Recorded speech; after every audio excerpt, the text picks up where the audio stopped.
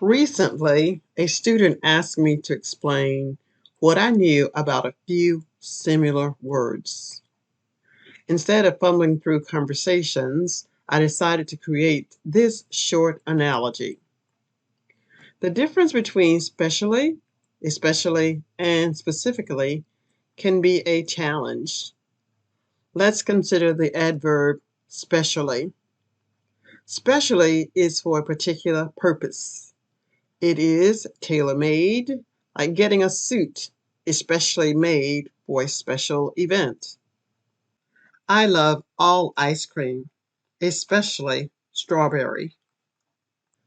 Lastly, specifically, it's all about being precise. Imagine you've asked someone to do something specifically. You're asking for it to be done in a particular way.